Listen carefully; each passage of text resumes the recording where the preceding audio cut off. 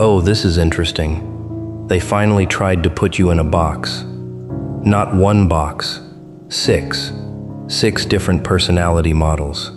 6 different ways to explain why you do what you do, why you disappear when everyone expects a reaction, why you can be warm one day and completely unreachable the next, why you can sit in a room full of noise and somehow notice the one thing nobody else caught.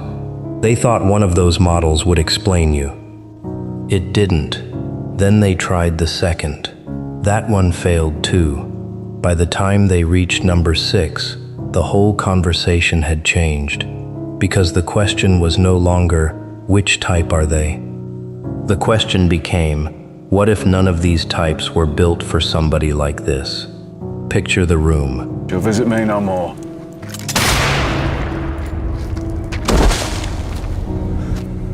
A laptop open, coffee going cold, a yellow legal pad with your name written across the top, 6 columns underneath it, 6 neat little systems, 6 clean explanations for human behavior. And every single column has something crossed out, too independent for one, too emotionally aware for another, too calm under pressure for the third, too willing to walk away for the fourth, too compassionate to fit the fifth, too ruthless with boundaries to fit the sixth. And somebody finally leans back in their chair and says the line nobody wanted to say. None of this explains them. That is where it starts, not with admiration, with irritation. Because people love categories when categories make them feel safe. They want to know what you are before they decide how to deal with you. Easygoing, difficult, sensitive, cold, loyal, detached, leader, follower, good, bad. Pick one. That is the deal most people make with the world. Give me a label and I will give you a place. But you keep ruining the deal. You can be deeply kind and still leave without a speech. Oh, Agent Harry. How you doing? How are you? Good to see you. You can forgive somebody and never let them back in. You can understand exactly why a person hurt you and still decide they no longer get access to you. You can be quiet without being afraid. You can be angry without losing control. You can care without begging. And that combination bothers people more than they admit. Because if they cannot predict you, they cannot manage you. If they cannot manage you, they cannot relax around the version of you they invented. That is what those 6 models were really trying to do. Not understand you, reduce you, make you small enough to hold in one sentence. And you refused, not on purpose. That is the funny part. You were not sitting at home trying to become mysterious. You were just living. You were just responding to life the way life trained you to respond. You learned to listen before speaking, because speaking too early used to cost you. You learned to watch the room because there were years when the room changed before anybody admitted it had changed. You learned that tone matters, timing matters, silence matters. The way somebody says, "I'm fine," matters. The way a person pauses before answering matters. The way a friend suddenly starts talking like a stranger matters. Most people hear words. You learn to hear what happened around the words. This ain't chemistry. Okay, this is art. That is not magic. That is not some superhero trait. That is what happens when experience makes you pay attention. And experience made you pay attention. A lot. There was a time when you explained yourself more. You remember that version of you. You wanted people to understand your intentions. You wanted to clear up misunderstandings. You wanted to make sure nobody went home thinking the wrong thing about you. So you talked. You over-explained. You gave context nobody earned. You answered questions that were not really questions. You defended yourself in rooms where the verdict had already been decided before you walked in. And eventually, something in you got tired. Not tired like sleepy, tired like Dunn. Done arguing with people who needed you to be wrong. Done giving perfect explanations to people who preferred the ugly version. Done trying to win fair trials in courts built by the other side, so your behavior changed. Quietly, no announcement, no dramatic transformation. You just stopped spending energy where energy disappeared. That is the part they misread. They called it avoidance. It was selection. Oh, well, Heil Hitler, bitch! And let me tell you something else. We flipped a coin. They called it detachment. It was discernment. They called it coldness. It was finally knowing the difference between love and access. And once you learned that difference, you became much harder to classify. Because most personality models are built around patterns. What do you usually do? How do you usually respond? What do you usually need? But your answer became annoying. Depends. Depends on the person. Depends on the room. Depends on whether the words match the behavior. Depends on whether somebody has earned the softer version of you. You did not become inconsistent. You became contextual. That is a much harder thing to measure. So they tried another angle. Maybe you were a people pleaser. That would explain the kindness. Except people pleasers usually panic when somebody dislikes them. You stopped panicking. Maybe you were avoidant. That would explain the distance. Except avoidant people often run from intimacy itself. You did not. You could be deeply present with the right person and completely unavailable to the wrong one. Maybe you were controlling. That would explain the boundaries. Except you were not trying to control anybody. You were controlling access to yourself. Big difference. Maybe you were impulsive. That would explain the sudden exits. Except the exits were rarely sudden to you. Most of them were 6 months old before anybody else noticed. You had watched, waited, collected patterns, gave chances, saw the same thing happen again, and then one day, you were gone. To them, it looked abrupt. To you, it was overdue. Hey. We're in a wire? Huh? You're setting me up? Homo. A wire? You want a wire? That is the problem with judging a final decision when you were not present for the 100 small decisions that came before it. People see the door closing. They do not see the years you spent holding it open. So the models kept failing. Not because you are beyond psychology, not because you are some impossible species, because you stopped behaving in the simple ways people expected. You stopped giving one trait control over your whole life. You stopped letting kindness make every decision. You stopped letting anger make every decision. You stopped letting fear make every decision. You stopped letting guilt make every decision. You started choosing. That changes everything. Because once a person can choose their response instead of automatically repeating it, prediction gets messy. Now imagine how that feels to the people who were used to the old version of you.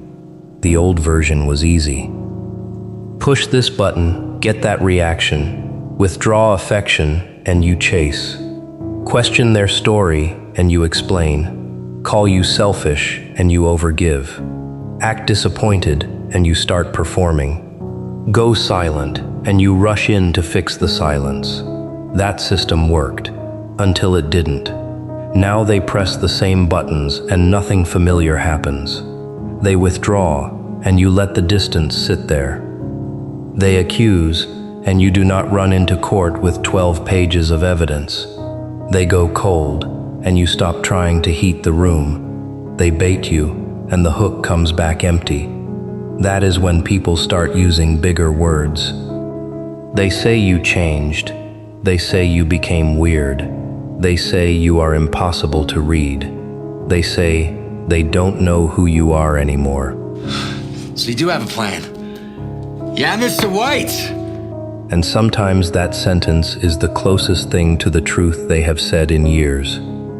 They do not know who you are anymore, because they only knew who you were in relation to them. They knew the version that answered, the version that stayed, the version that explained, the version that forgave quickly, the version that kept the peace.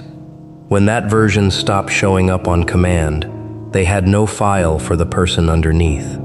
So yes, they tried to explain you, 6 different ways. And every explanation kept hitting the same wall. You were too calm for the chaos they assigned to you, too observant for the naive role, too forgiving for the villain, too final with boundaries for the saint, too independent for the follower, too uninterested in control for the manipulator. That combination does something strange to people. It makes them review old memories. And this is where it gets dark. Because once the old label stops working, the past starts changing shape. That argument where they thought you were emotional, maybe you were noticing something they had not admitted yet. That week you went quiet, maybe you were not collapsing. Maybe you were watching who came looking and who only came looking when they needed something. That decision everybody called reckless, maybe it was the first decision you made without asking the room for permission. That person you cut off out of nowhere, maybe nowhere was actually the end of a very long road. Now the people who misread you have a problem. They have to choose between 2 uncomfortable possibilities. Either you became somebody they never understood, or you were always more complicated than the story they told about you. The second possibility hurts more, because it means they did not just misunderstand the ending. They misunderstood the whole movie, and now they start replaying scenes. You know how people do that when they realize they missed something obvious? They go back. They reread messages. They remember the conversation in the car. They remember that dinner when you got unusually quiet. They remember the joke you did not laugh at. They remember the moment you looked at them for half a second too long. Little things, nothing dramatic, but once the frame changes, little things become evidence. And the more they look, the worse it gets, because the old explanation keeps collapsing. You were not clueless. You were waiting. You were not weak. You were choosing your battles. You were not desperate to be accepted. You were trying to see whether acceptance came with conditions. You were not too sensitive. You were picking up a pattern before the rest of the room had a name for it. And no, that does not mean you were always right. Nobody is. That is exactly what makes this more human. You made mistakes. You misread people. You trusted somebody you should not have trusted. Crack him over the head with something. You got the seatbelt. You stayed too long in places that had already shown you the exit. You gave extra chances because part of you still hoped the next version of the story would be better. But even those mistakes changed you. You did not turn every wound into wisdom overnight. You learned slowly, messily, sometimes embarrassingly. That is why the person you are now does not fit the person they remember. They are comparing you to an old map, and then getting angry that the road moved. Here is the part they really cannot stand. You do not seem desperate to correct them anymore. That bothers people. If somebody misunderstands you and you rush to fix it, they still have leverage. Your reputation matters to you. Their opinion matters to you. The story in their head matters to you. But when you can look at a false version of yourself and say, if that is what you need to believe, okay, the whole game changes. Not because you stopped caring about truth, because you stopped believing every person deserves a private tour of it. Some people only ask for explanations so they can argue with the explanation. Some people ask why you changed when what they really mean is, why did you stop being convenient? Some people say they want closure when what they want is another opening. You figured that out. And once you did, your silence became expensive. They had to sit with their own interpretation. No correction from you. No extra context. No emotional labor. Just the story they created, echoing back at them. That is why the 6 models fail. Every model assumes the observer has enough information. They did not. They never did. They saw your reaction. They did not see the calculation before it. They saw the distance. They did not see the exhaustion before it. They saw the boundary. They did not see the 100 tiny crossings before it. They saw the final no. They did not hear all the earlier yeses. So of course the profile came back wrong. The data was incomplete. Not because you hid some secret identity, because they only studied the parts of you that were visible to them. And human beings love treating partial information like a complete file. That is where their confidence came from. Not knowledge, familiarity. They had seen you before, so they assumed they knew you. But familiarity is dangerous. It makes people lazy. It makes them stop looking. It makes them miss change happening in real time. And you changed where nobody was watching. That is the piece they cannot account for. The quiet years, the nights you sat with yourself and stopped asking, how do I make them understand? The mornings you woke up and realized peace felt better than being right. The moments you noticed your nervous system no longer jumped at the same tricks.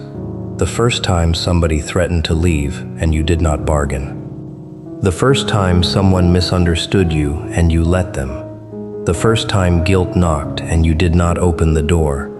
Those moments do not show up on personality charts, but they rewrite a person. So now the old group is confused. One person says you are colder. Another says you are stronger. Another says you are distant. Another says you are finally yourself. Funny, isn't it? Same person, 4 completely different readings. Because people rarely describe you. They describe what access to you feels like from where they are standing. To the person you keep showing up for, you are loyal. To the person you finally stopped rescuing, you are selfish. To the person who respected your limits, you are warm. To the person who kept testing them, you are ice. To the honest person, you are easy to understand. To the manipulative person, you are confusing. Maybe that is the real reason the models broke. They were trying to define you without accounting for the observer, and the observer changes the result. You are not the same with everybody. Good. You should not be. Nobody healthy is. Trust changes behavior. Safety changes behavior. History changes behavior. Respect changes behavior. Respect changes behavior. You don't want a criminal lawyer, right? You want a criminal lawyer. So when somebody says, that is not the version of you I know, sometimes the answer is simple. Maybe they did not earn the version everybody else gets.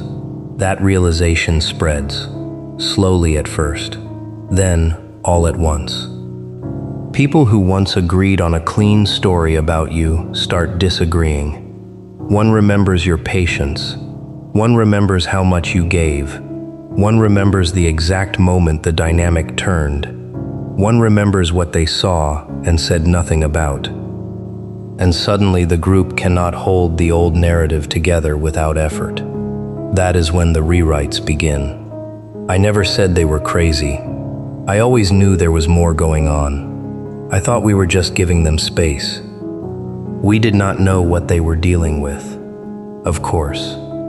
Everybody gets careful when the story starts changing. Nobody wants to be the last person defending an explanation that no longer makes sense. And you are not in that room. That matters. You are not calling witnesses. You are not presenting evidence. You are not trying to force anybody into a confession. You are somewhere else entirely. Living, working, driving home, making coffee, laughing at something stupid on your phone, maybe thinking about dinner, the most ordinary things.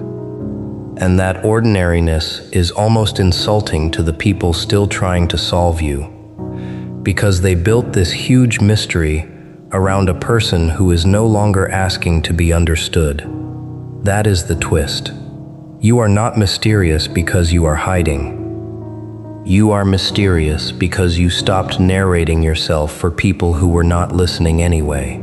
There is a difference, a big one, and it scares the wrong people. Not because you are dangerous, because you are no longer easy to steer with misunderstanding. That old weapon is gone. They can call you cold. You know where your warmth goes. They can call you difficult. You know what you refuse to tolerate. They can call you inconsistent. You know you are responding to context, not performing a brand. They can call you impossible to read. Maybe they were never reading. Maybe they were projecting. And now there is nothing left for the projection to stick to. So the sixth model fails. The final box stays empty. Not because you are beyond definition, because a human life is bigger than 6 boxes. Because pain changed you. Choice changed you. Boundaries changed you. Time changed you. And unlike the people who needed a fixed version of you, you allowed yourself to become somebody new. That is what they missed.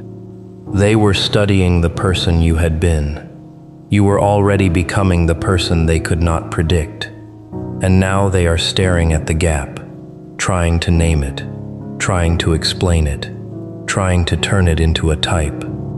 But some things stop being confusing the moment you stop forcing them into the wrong language. You are not the contradiction. Their model is. You are not impossible to understand. Their assumptions are. You are not 6 different people. You are one person who finally learned that not everybody gets the same access. That is not chaos. That is discernment. And once you understand that, the whole file changes. The labels fall off. The noise dies down. The old story loses oxygen, and what is left is simpler than anything they built to explain you. You adapted, you learned, you chose, and now you belong to yourself, completely.